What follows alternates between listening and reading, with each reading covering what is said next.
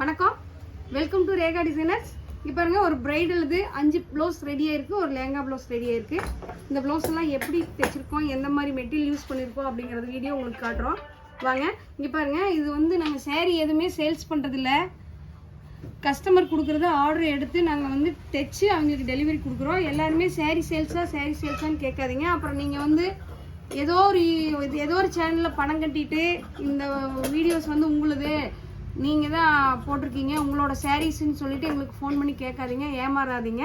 நீங்கள் நல்லா தரவாக எங்களோட பேஜ் செக் பண்ணி பார்த்துட்டு, நாங்கள் வந்து சேரீ எதுவும் சேல்ஸ் பண்ணுறது கிடையாது.